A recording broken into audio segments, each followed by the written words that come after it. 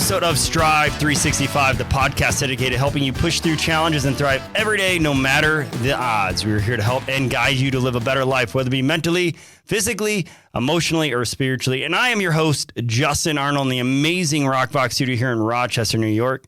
Today we have Dr. Brian Tierney. He is a somatic psychologist and esteemed professor of neuroscience.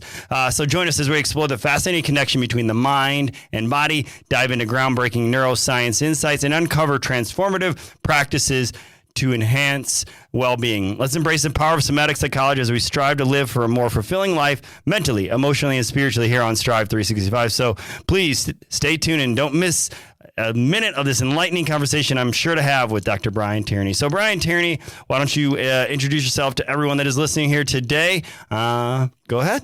Where you're from, all that good stuff.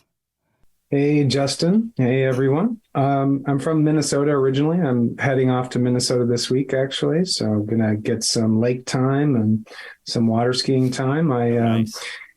I'm a somatic psychologist, which basically means body-mind specialist. I teach neuroscience to somatic psychology clinicians. I also do psychological assessment with folks on the spectrum and so on. And I've been a craniosacral therapist for many years. I can talk about that in a bit. I do regular cold water exposure. Just did some this morning. Oh, that's me every morning. And I'm a regular faster. Yeah, right. So I just listened to your episode on comfort through discomfort. Yeah. And I was really vibing with that. Yeah, it's funny. Somebody we interviewed recently actually brought that episode up, and I was like, man, if I could do that again, I would, because I left off so much. But I'll probably do some more on it. But yeah, I will. I mean, there's a lot of little tools, but if I could really teach and influence the mental benefits of cold plunging, like I did it for that. I mean, I'm in the health and wellness world, and so many people are doing for the physical benefits, but just a quick thing. I'm one of those, I'm not just going to do it because everyone else is. And I'm like, I'm not going to just do it for physical, but then exploring the mental. And then, I'm every morning, sometimes twice a day, afternoon more for energy and focus. But in the morning, man, just like focus, meditation, calmness, and just, I like it literally has improved my mental health, especially from I was starting to realize I was picking up on behaviors of my father, of like losing temper and anger and doing all the other things. And this was like the caveat. This was like the thing that really, really helped. And so it's a great way to start your day. And it's so hard for so many people, but I would put it up there, and I would really encourage people to try it and give it at least 6 months before you really start seeing the benefits. But yeah, you use a lot of big words there, which are I'm familiar with, but there are people who are probably like, what's a somatic psychologist? What's this is your wheelhouse. You're used to saying these things. So talk to me like I've never heard any of these things, and explain to the viewers and the listeners a little bit about that. So somatic psychologist, soma as in somatic just means body. So a somatic psychologist is really interested in mindfulness processes in the body, tracking sensations, getting the body, rather than just having talking heads, and a psychotherapy session just being kind of conceptual and talking about family dynamics and so on.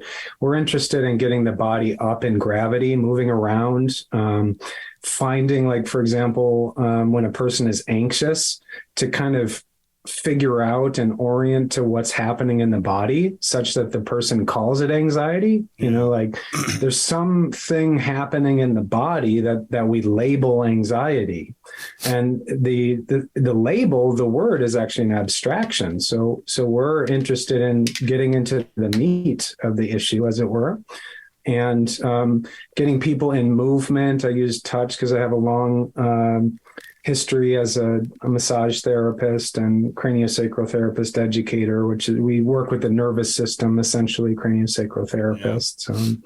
But really just working with the body, hands-on, getting the body moving. So it goes beyond just the talking heads model. So you talk about this work as a somatic psychologist and the mind-body connection. So how do you help individuals harness this connection, like to foster emotional healing, personal growth, things like that?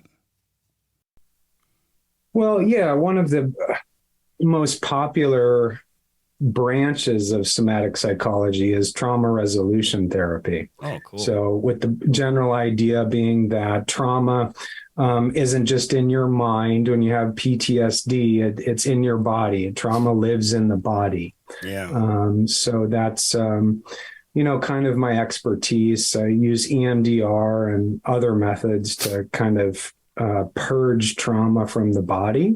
And I think other methods like, the intensities of cold exposure and so on are mind body practices like you were just pointing towards here that can help to purge the body of trauma as well. What got you it's not every day somebody wakes up and like, hey, I want to go be a somatic psychologist and practice neuroscience. What got you? I'm really intrigued by it. I read about it and I explore it, and I've included things from a neuroscience and a mental standpoint in my books, but more in layman's terms. But what got you? Was there influence in some sort? Yeah, for sure. For a lot of us healer types, it's our own suffering, and that was true for me. I manifested some body symptoms, social anxiety symptoms, when I was in university doing my bachelor's, and just kind of like this big pit in my throat that I feel like I couldn't swallow. And I went to the medical docs and everything, and their diagnostics weren't working for me. And intuitively, I knew that there was a psychological dimension to it because I was super anxious. All of a sudden, this just kind of came out of nowhere for me, where all of a sudden I just got a bunch of social anxiety. And that really started me on my healing path, where I knew that there was something happening in my body that was a direct result from my psychological suffering. So then I turned to the body work, the healing, kind of touch modalities like acupuncture, got trained in a bunch of massage modalities. And then I ran into kind of like a trauma resolution approach, massage therapy, trauma resolution approach. So then I just started to really deepen into touch and trauma resolution.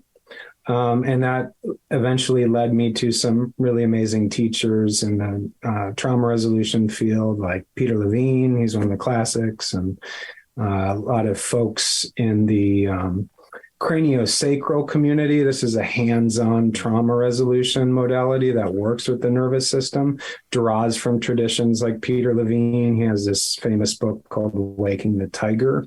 It's kind of like a groundbreaking book on trauma resolution and how trauma lives in the body. Yeah. That's how I started to become a scientific nerd on the trauma subject. I really got into neuroscience through the trauma stuff. There's various branches in touch therapy that train practitioners to navigate through psychological processes, because we know as massage therapists that at some point, especially I was trained as a rolfer. Have you ever heard of rolfing?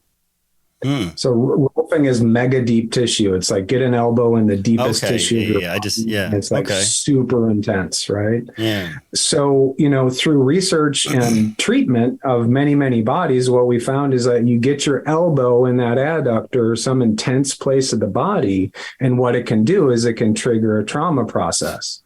Because the basic idea is that any intensity will connect with every intensity that's happened throughout the lifespan. And obviously trauma is intense. Yeah. Right. So this is, kind of back to anything intense, like cold exposure or whatever it is, like intense massage therapy, it's going to remind the body of former intense experiences. And some of those intense experiences were traumatic. Yeah. So, in some of these massage therapist traditions, there's folks that are teaching clinicians, teaching practitioners how to navigate the intensities that come up so that you're prepared for them. You have a skill set.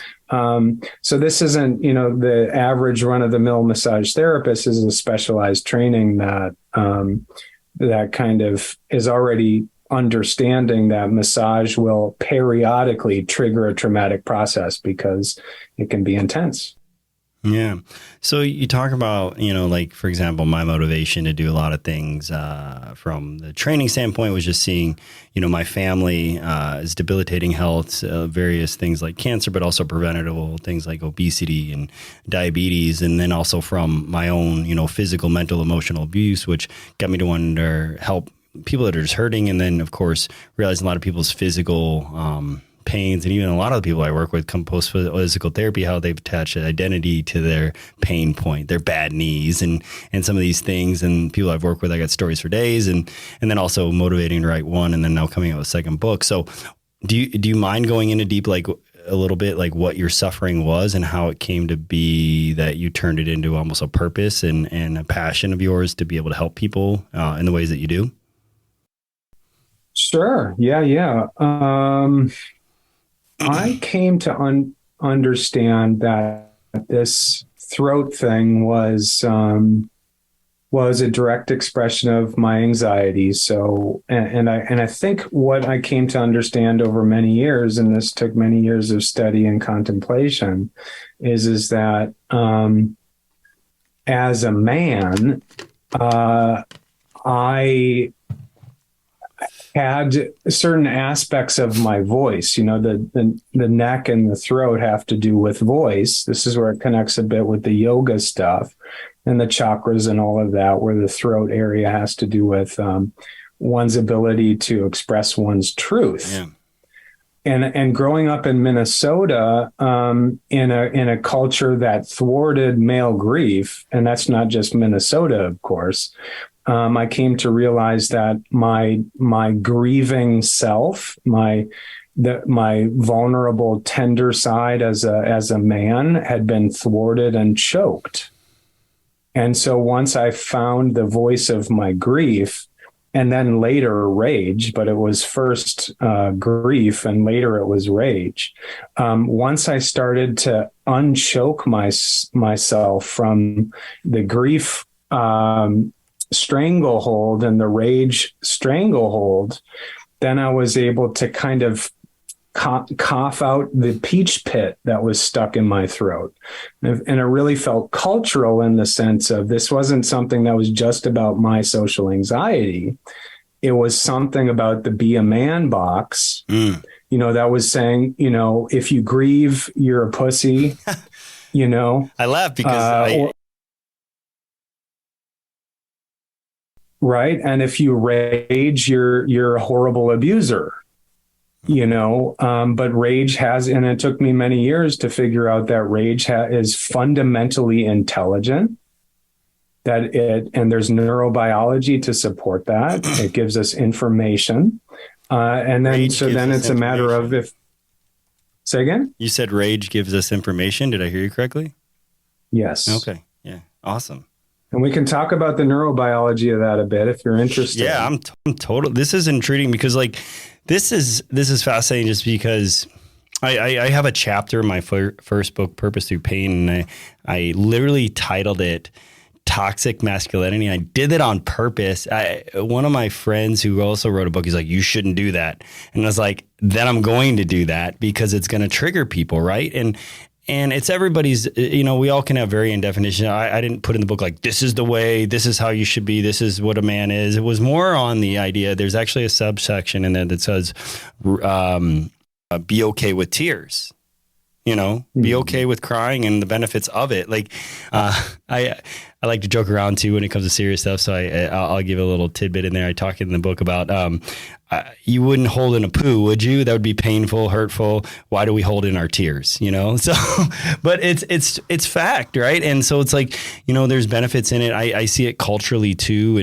And so I have a son and two daughters, and I've seen it, and my kids are biracial, and my wife and I have had to work through this, and she's open when we talk about this because she didn't realize how ingrained it was with her to, like, tears were looked at as a weakness within, how she grew up as a Black woman and stuff. So, but she doesn't see it as much. She allows it. But for very early on when we were raising our kids, it's like she got mad at the kids for crying.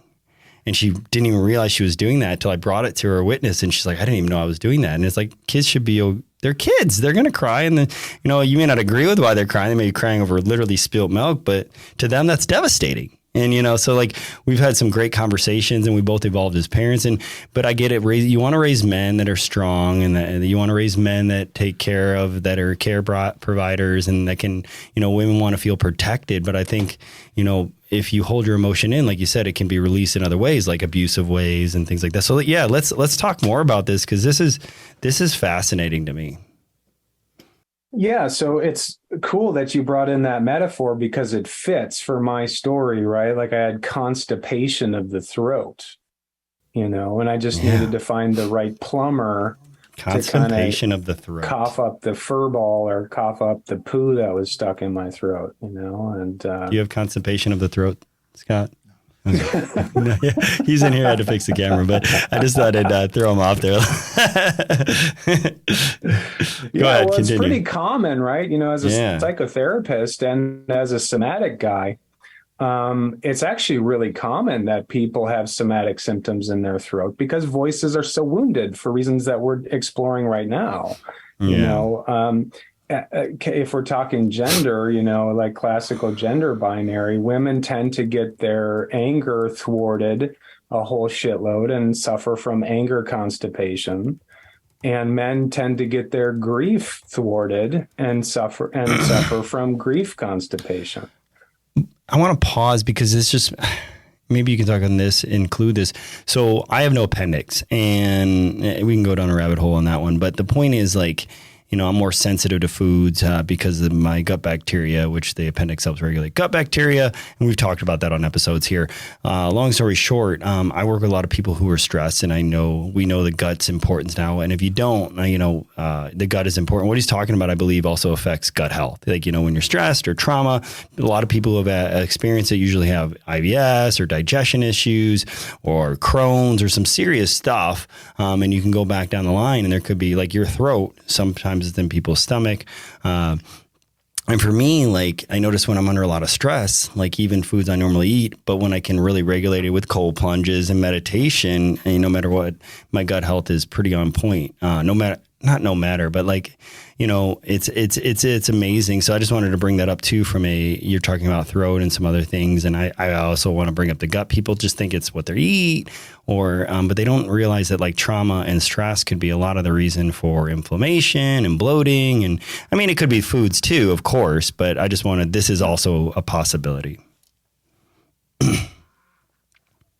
Yeah, 50% of dopamine and about 90% of serotonin is produced in the gut. And these are two of the what I like to call psychodramatic molecules in the brain, So they're key, they're central. Dopamine is like, if our dopamine is off, we can get psychotic, right? If our serotonin is off, we can get suicidal, not be able to regulate emotion. So inflammation is it's a huge topic in neuroscience these days. Some authors are even saying that pretty much every mental disorder has to do with neuroinflammation, inflammation of the nerves and inflammation of the brain. That's one of the and that has to do with this gut-brain axis stuff, right? So if you got it's dysbiosis, I believe it's called, when your gut microbiome is off and it creates an inflammatory environment and it's spinning off all sorts of chemical messengers, that are inflammatory messengers that travels up the vagus nerve into the brain and creates an inflammatory situation that can then degrade the blood-brain barrier. That's bad news, right? If your blood-brain barrier starts to break down, then, let's just stick with poo as something that's in this conversation, right?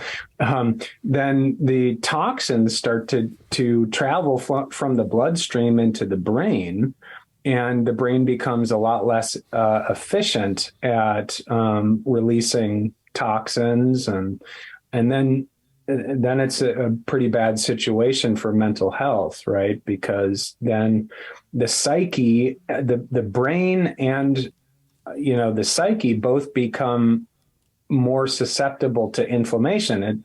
it's more likely that we're going to have a rage attack, for example, or that we're going to have a panic attack, because these are inflammatory moments, right? So if the brain and the gut are inflamed, then we're more likely to have inflammatory mental states, and relationships are going to not go so well. That's interesting. Is just how connected we are to, and that's why we have to address it. But man, people are too busy. I don't have time to think about this. That's the life we live. And, I always say, I feel like how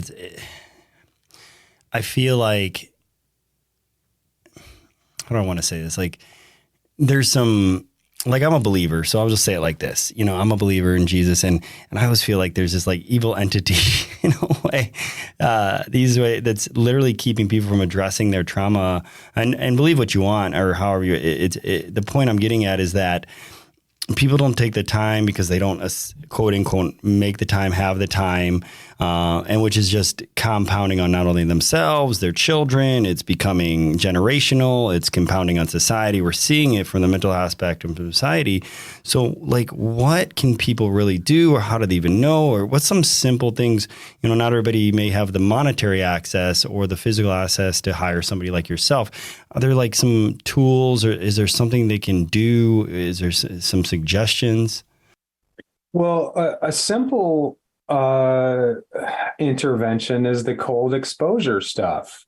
I mean, if we're saying that inflammation is central to most mental disorders, then we want to think about practices that can be done. They don't have to take that much time or money to reduce inflammation.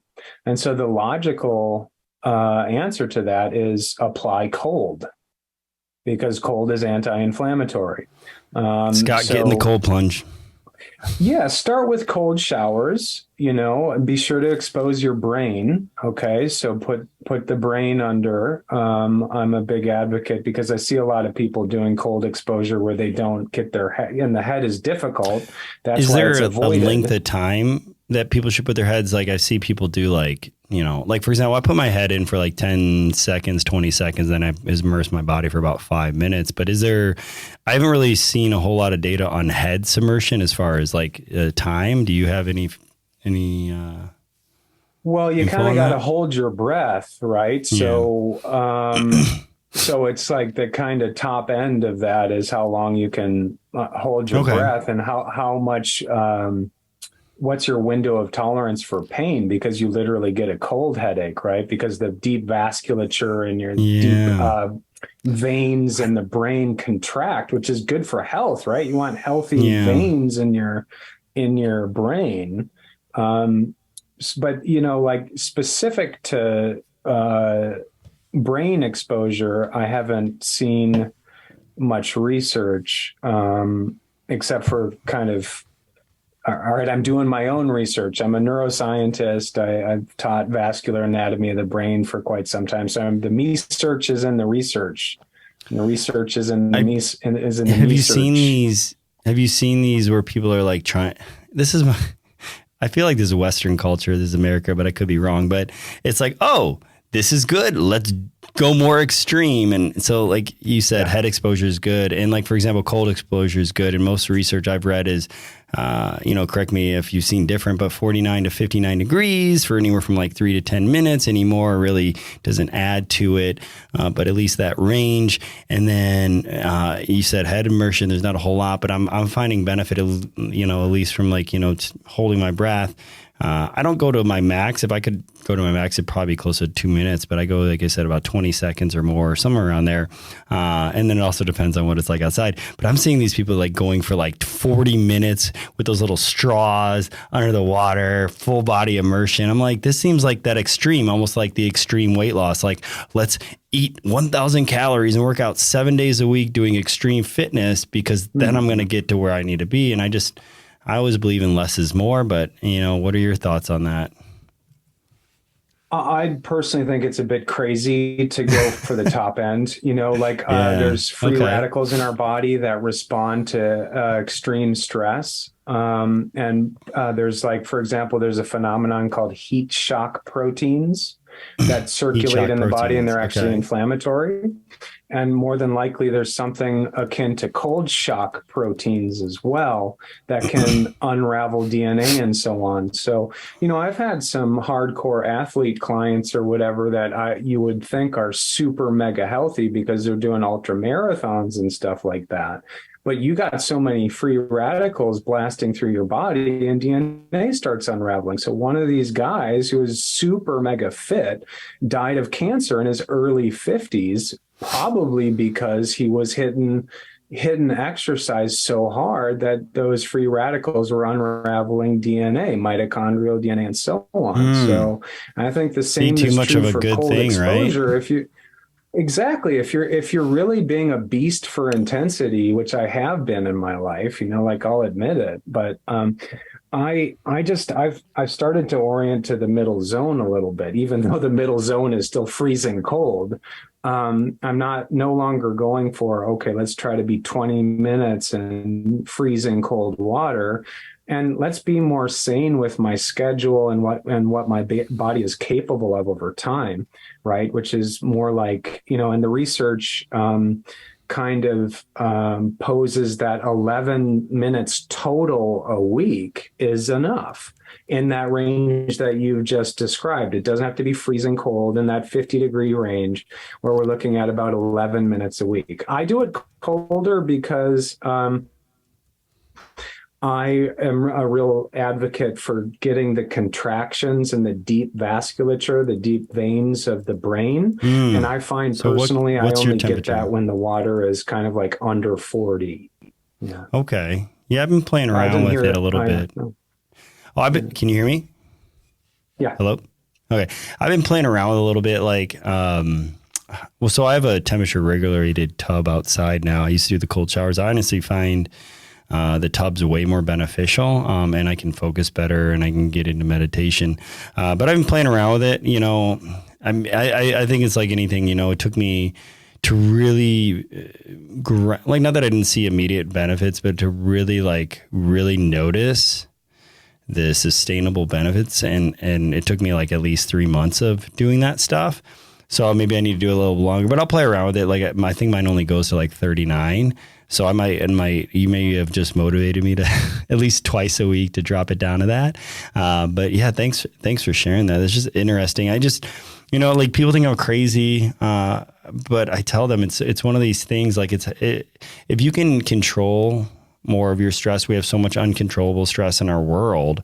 Things that putting fires out, people cutting us off in traffic, things at work, kids, wife, husband, things that the uncontrollables are life. But if you can sit here for, even just a couple minutes, earlier in the start of your day under a controllable stress that has a numerous amount of scientific benefits, and then you get almost find a comfort. I tell people it's hard for you to understand until you do it, but I describe it as it feels like the water is hugging me at this point. It's just holding on to me.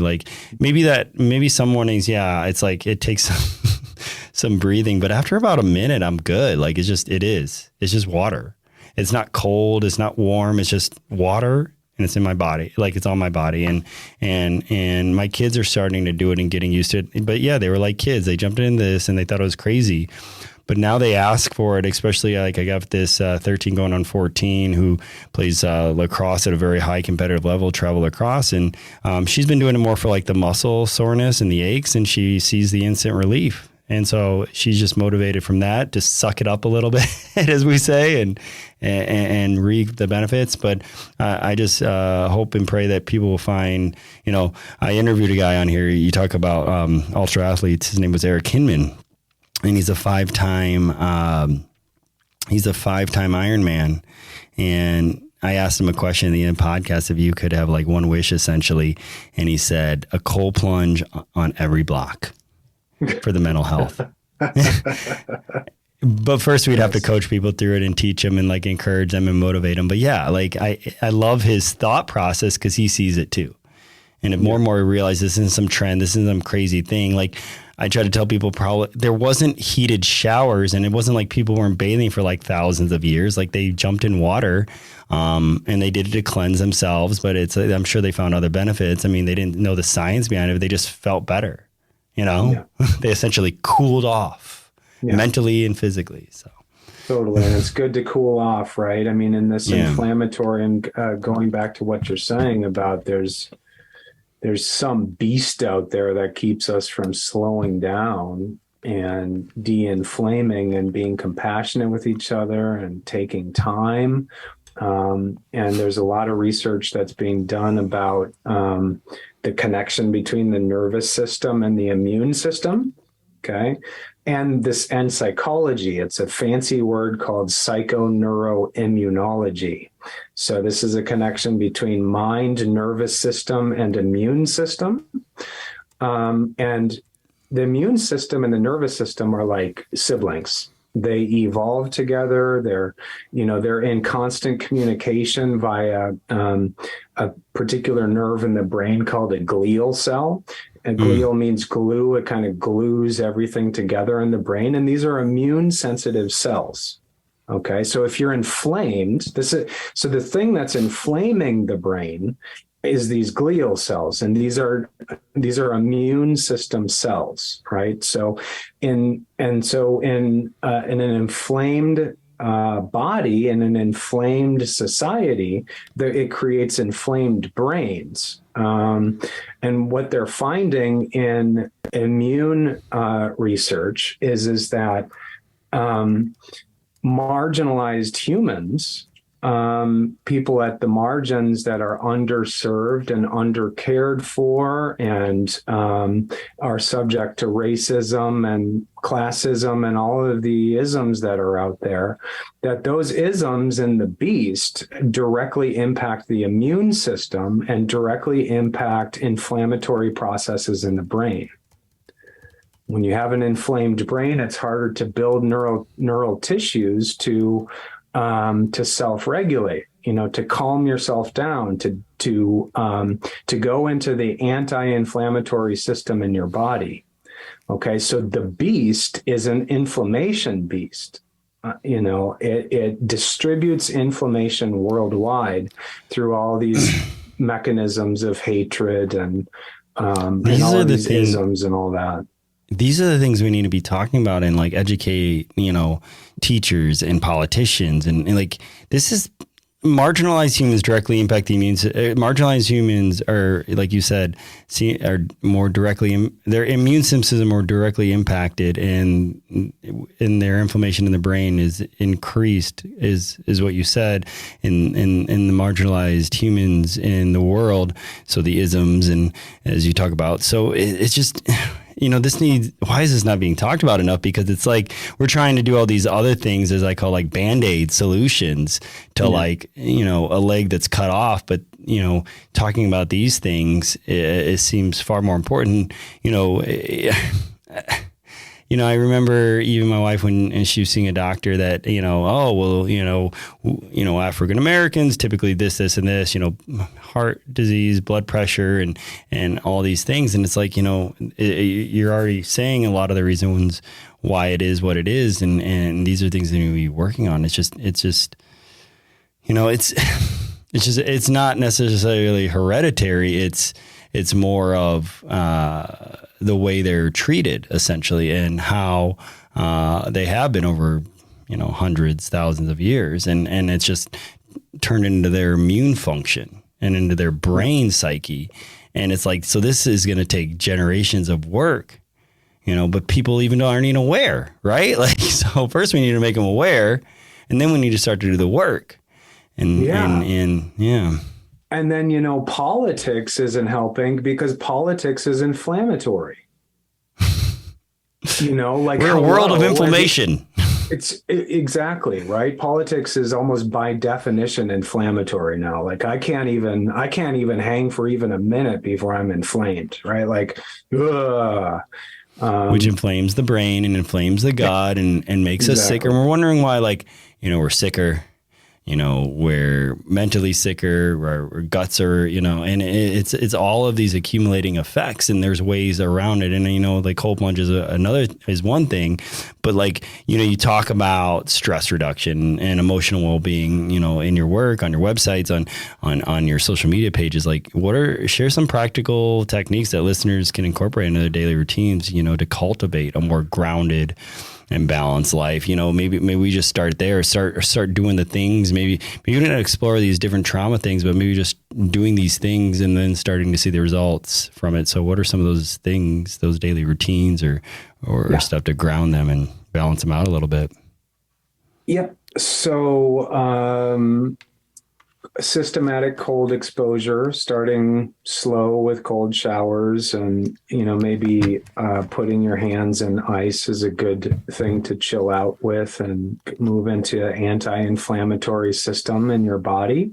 Another simple intervention, if we want to call it that, is to just focus on the exhale cycle of your breath for 2 minutes. Turn off your phone, go someplace private, and breathe out your stress, right? When you're actually putting conscious effort into contracting your lung tissue on the exhale cycle of the breath, it brings us into the anti-inflammatory system, which is the parasympathetic nervous system, right? It stimulates the vagus nerve. Just by bringing your awareness to contracting the lung tissue on the exhale cycle of your breath is going to light up the anti-inflammatory system. Right? Like that. There's even science about Dr. Huberman posted something, and it seems so obvious, right? But if it was so obvious, why are people not doing it and finding the benefit? But just even the simple of like exhaling, going, and doing that, for like a minute. Or 3 to 5 breaths and just really, again, you got to get rid of the distraction. It's so hard. I get it, people. I get it, man. I'm driving down the street. I'm seeing people like in between lights with their kids in the backseat playing on their phone. I get it. It's easy. It's the stimuli. But like, if you could just do that, like at those, you don't have to close your eyes every time, but trust me, like just the 1 minute. If you're not doing any meditation, they say if you're not doing any meditation, you do it for an hour. If you're already doing meditation, all you need is 5 minutes. But I know that's not realistic. But even just 1 minute of what he's talking about, of focusing on the exhale, getting rid of distractions and adding that, and really just focusing on that, you'll feel some pretty instant relief. It'll be the difference maker. I'll tell you this from personal testimony, difference maker of like approaching wife, kids, stress. I do it before I get out of my car most times. I can't, if I'm honest, I don't do it every time, but most times I do it. And when I do, I go into the house much more grounded, much more focused on my wife. And I'm not thinking about the million things I wish I did or could have done or need to do. I'm just focused on my wife and kids. By literally just sitting in my vehicle for 1 minute and doing what he's talking about, exhaling. And sometimes I do some mantras, and I share that in my book if you're curious what those are, but even just simple, and do the relief. Even just doing it here, playing around with it. In fact, if you're listening, pause this show right now and do that, and then continue the episode because it's super beneficial. But continue. Well, I think also something to take seriously is play. Because if you think about it, when we laugh, we're exhaling. And there's a rhythmic process in our diaphragm that's happening that helps the body to move into this anti-inflammatory system. And not only that, the neuroscience teaches us that our endocannabinoid system in the brain is the system that is stimulated by play. And this is an anti-inflammatory system when it's in balance, right? When there's too much weed smoking and things like that, or there's too much exercise or too much of a good thing, then the cannabinoid system can move out of its anti-inflammatory components and into inflammation. But what we do know is that play stimulates this system. So I'm really serious about play. I think that we need to get out there and play more because everything's so inflamed and serious out there that we just need to play more and laugh more and just watch YouTube videos that make you laugh. Because, laughter heals, right? Laughter brings us into anti-inflammation, which is what we need. Man, I talk about play all the time. In fact, if you were to come to my gym, you see it's like an adult playground. I got weights and stuff, but I got a lot of turf. I don't have any machines really, and I've got monkey bars. I got things you can swing on. But I also just tell people, like, I hear it over, I don't have time to work out, and I have time to go to the gym. You don't have to. Do you have kids? Yeah, I've got kids. Yeah. Play with them. Play tag. Oh, I can't. That's working out. And that's good for the mind. And I always say, physical health, whatever your goals it might be, starts up here. And like, you're going to feel good. And you talked about it, like play, laughing. I mean, he's saying laughing is good for you. Like, I know Scott does some podcasts on here, and there's some hilarious ones here at Rockbox. And it's just like, even I'll add the community aspect. Yesterday we were talking to somebody, and it's just like, we're living in these artificial environments, eating artificial foods by ourselves, watching Netflix by ourselves. And not to say you can't do that, not to say you shouldn't do that, but like, we need to get around, play with people, play with our kids, laugh more in community, go to comedy shows again, go to the movies and laugh, sit in a circle of group and just be silly. And it's so beneficial to your health. Like, it's not just adding the smile, but you're talking about just the immune system and the exhale exponent. So it's like, so far we got jump in cold water, focus on exhaling, play, and laugh. Can we all do that? What else you got? Well, I want to linger on play just a little bit longer. Sure, let's go. I think that it'd be nice to make a discipline out of it. It's like, there's all these exercise regimes where it's like 30 days intense this or blah, blah, blah. What about a 30-day comedy discipline? Where you every day for 30 days, you do 10 minutes of listening to comedy and searching out comedy shows or something like that, or committing to comedy and being making a space for absurdity in your life. Like, what about, because I personally believe that absurdity heals. So you're saying my dad jokes are going to help people's health? Yeah, bring it. I made you laugh. Bring it. Yeah. Dad jokes heal. Let's stop satirizing the dads and let's just laugh with the dads. Laugh with the dads rather than judge them. Right? We got. I got dad jokes. That should be a T-shirt, man. Laugh with the dads instead of judge them. I love it. Yeah. Well, so what else? Of course, there's exercise. Exercise is super important. I always put it down as movement. Yeah. Just move. I tell people try to move every joint every day. And if you're very limited, even just doing like some wrist circles and doing every joint. But like, I'm a big proponent of crawling. If within your limitation, and then adding rotation to it. Like, I do a lot of rotational crawls for about 3 months straight. Recently, I actually 3 times a week was crawling about 400 yards a day, and how much better my entire body, let alone mind. And then the cardiovascular workout I could go on all day, but it was hard at first, but then it became fun, and then my kids were doing it, but my hips have never felt better. I injured my back last year with two torn discs, and so I've been finding different ways. But man, talk about a good workout, but also just like how good my hips and back felt afterwards. But I'm a big proponent of crawling. For one, it's in one of my goals. I always get to people's deep goals, and one of my big goals is to be able to crawl around and play literally on the ground with my grandchildren, however old that is. Like, that's a goal of mine. So like, I'm doing preventive measure, and I look at that, like, I don't want to be that guy. To each his own. If you want to be that guy sitting in the couch just observing, cool, no judgment. But I want to be that guy that's literally playing and crawling on the ground with them. And that's my goal. You can make that your goal too. But so I'm a big proponent of moving every joint. And if you can't crawl, like, I just say, what could you do? A lot of people say, oh, that's for kids, or I can't do that, I'm too old for that. Get that out of your head. What if you could? Like, think of all the things you could do. I hear so many stories of parents who can't do a lot of things with their kids because of physical limitations. And I'm like, sometimes it is what it is, and I get it from injuries or whatever. But I always want to encourage people that your kids want you to play with them. Your kids want you to be with them. And even if you don't have kids, I'm just going to tell you, you're going to feel a lot better with crawling. But yeah, move every joint every day. So I'm with you on that, just moving the body. And I always tell people, even if it just starts with walking the dog, it doesn't have to be what you think it has to be. It doesn't have to be gym, lifting weights, bodybuilding. I always go for resistance training because the research is there. But yeah. Yeah, some of the most inspiring elders I know are people that have their inner child still alive, right? So what I'm hearing you say is, or where I'm going with it is, being able to crawl with your grandkids means that you're keeping your inner child alive. And because it's kind of hard to be That's a serious good with a way to put it. grandchild when you're crawling around with them. You know what Yeah. I mean? It's like, and I really admire people that have kept their inner child alive throughout the lifespan. I think that's really I important. never thought about it like that, but Yeah. I've had this saying since I was a kid, or I don't know if it's a saying or it's a belief, probably more than a saying, is that, you know,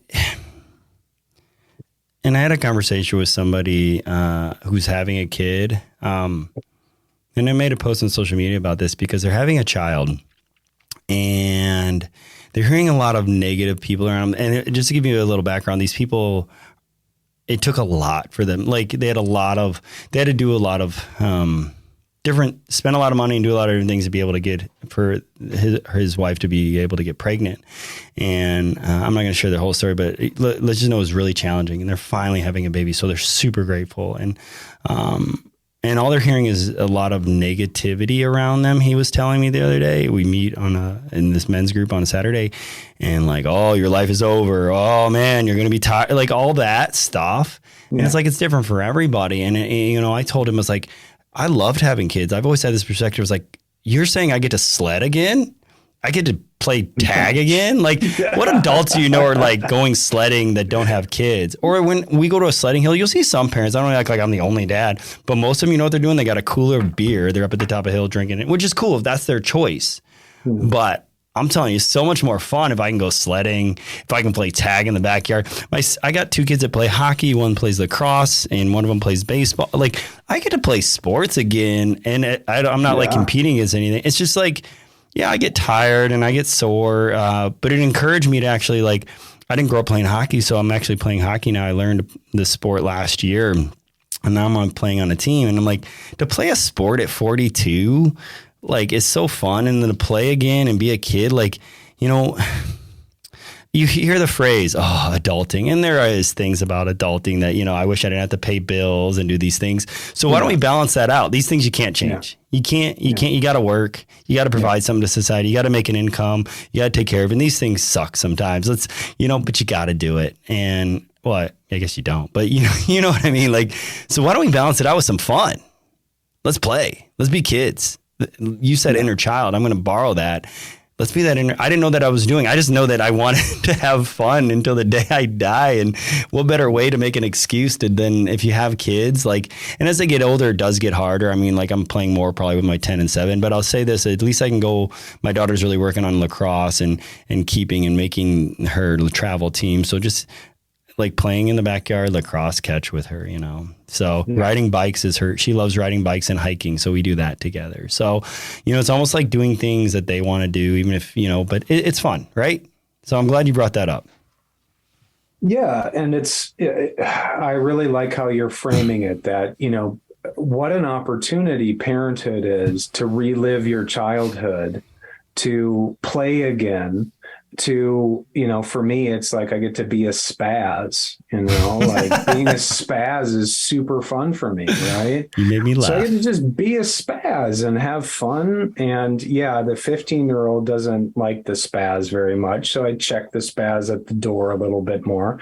But meanwhile, she's doing her teenage thing. And when she takes care of the 3.5-year-old, I'm saying, I'm already giving her this coaching. I'm saying, because she kvetches about it, right? She kvetches about it and she whines about it. I'm like, listen, this is an opportunity for you to connect with your inner 3.5-year-old. Like, don't lose that, because the teenagers have their own different type of playing and stuff like that. But I can already see how she's kind of divorcing herself from the 3.5-year-old glee that's very specific to the 3.5-year-old. So I'm saying, connect with your inner child, keep it going for the rest of your life, Yeah, make it a reason and like schedule it out. Like, so you talked about like discipline on play. And I tell people this, that I actually schedule time with my kids, and I'm like, I want to be spontaneous. And I'm like, you can schedule the time and then maybe be spontaneous on the activity. And sometimes spontaneity is cool, but I'll tell you this: if you're a human in today's world, like you got to schedule stuff, otherwise it's not happening. So schedule like an hour, 30 minutes. And, like, for example, I knew that this past Saturday that I had 90 minutes between it, like things that were going on. And so we went to the Museum of Play here. We have this amazing museum here, and the kids, I was like, we can't stay the entire time. We're not going to make every exhibit. We're not going to see all the floors and everything, but we got 90 minutes from the minute we hit the front doors, the minute we got to leave. Don't feel rushed. We can always come back. We got a season pass. So just like do what you want to do. And I have 3 kids, so I just like let them all pick, what do you want to do? What do you want to do? And we made sure that everyone got to do what they wanted to do. And then we got out in 90 minutes and we still had fun, so it's things like that.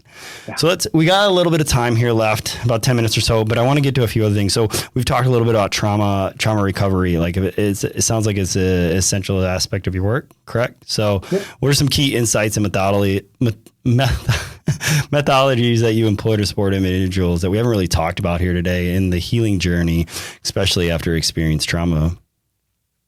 Yeah. So when a body gets traumatized, so it doesn't matter if it's a human body or another mammal, an intense biological process happens. It's super intense, very powerful molecules are slamming through the body. It's like a nuclear explosion.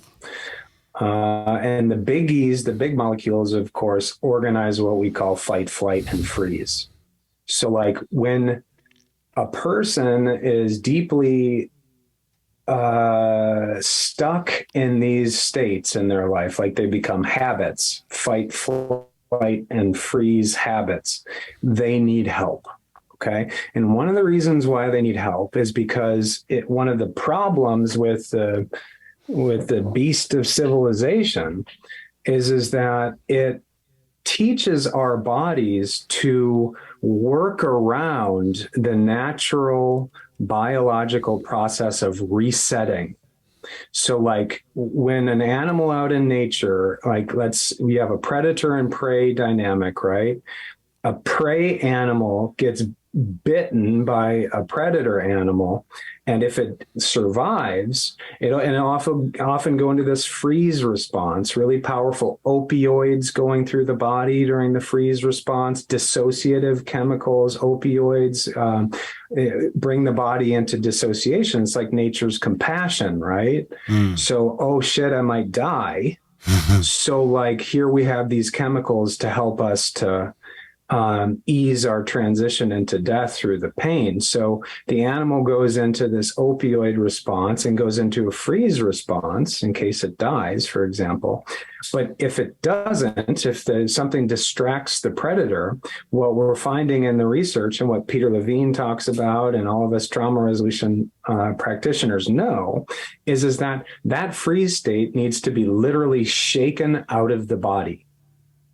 Okay, it's like rocket fuel. If it lodges itself in the tissues of the body, it's gonna organize as habits, bad habits, freeze habits. Taking drugs too often or something like that's a freeze habit. It's a dissociative habit, things of that nature. But what we see in animals, right, is that after they're safe, they go through a really intense process of shaking to get the trauma out of their body.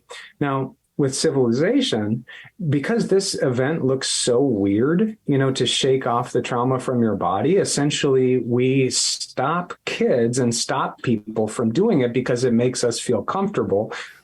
Because that shaking process looks crazy. It makes people, because it looks so uncivilized and everything, it looks crazy to shake everything off and go berserk, which is what animals do after a traumatic event.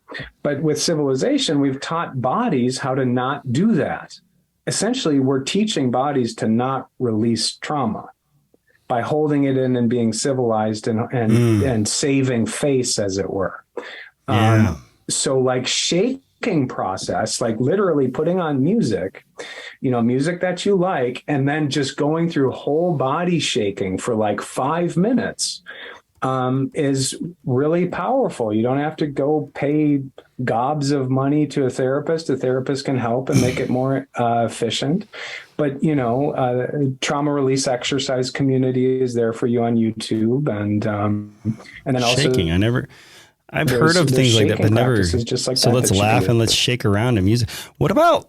I mean, this is something I do sometimes. It's very rare anymore, but earlier on, like when I was dealing with stress, I would literally go in the woods and just like primally scream. Is that a thing?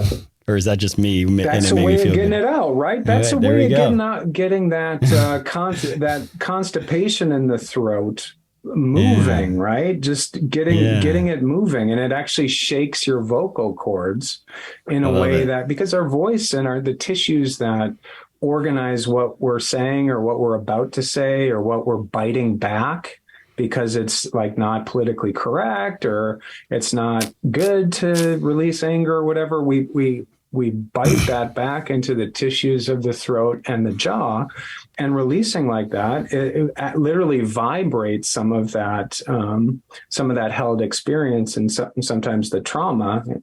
Scream, jump in the cold, play around, and laugh. Here we go. Okay, so we got to wrap it up here, but there was 3 other questions. I'm not going to be able to get to them all, so I'll let you choose. This is a new one. Choose your own adventure. Would you rather talk more about neuroscience, mindfulness, or self-regulation?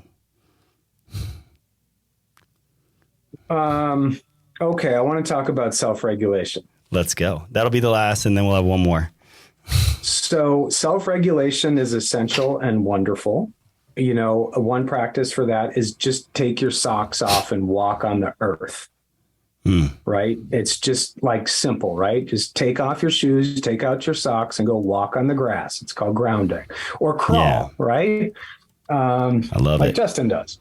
Crawl. And that's grounding. It helps to self-regulate, and self-regulate basically is this anti-inflammatory system. The exhale cycle of the breath helps us to get into that self-regulatory loop. But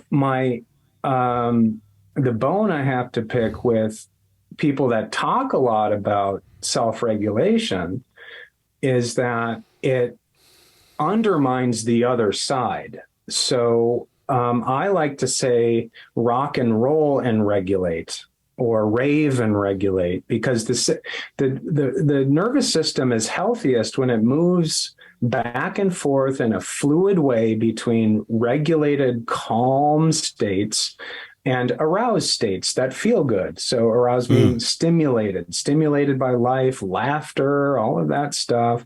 So I like to say rock and roll and regulate rather than regulate, because there can be something really tight about, okay, let's just regulate. Like, let me do my meditation practice to regulate. Now that's good stuff, but sometimes it can be prioritized over, hey, let's let it rock and roll. Let's go out and do things that are stimulating, that feel good.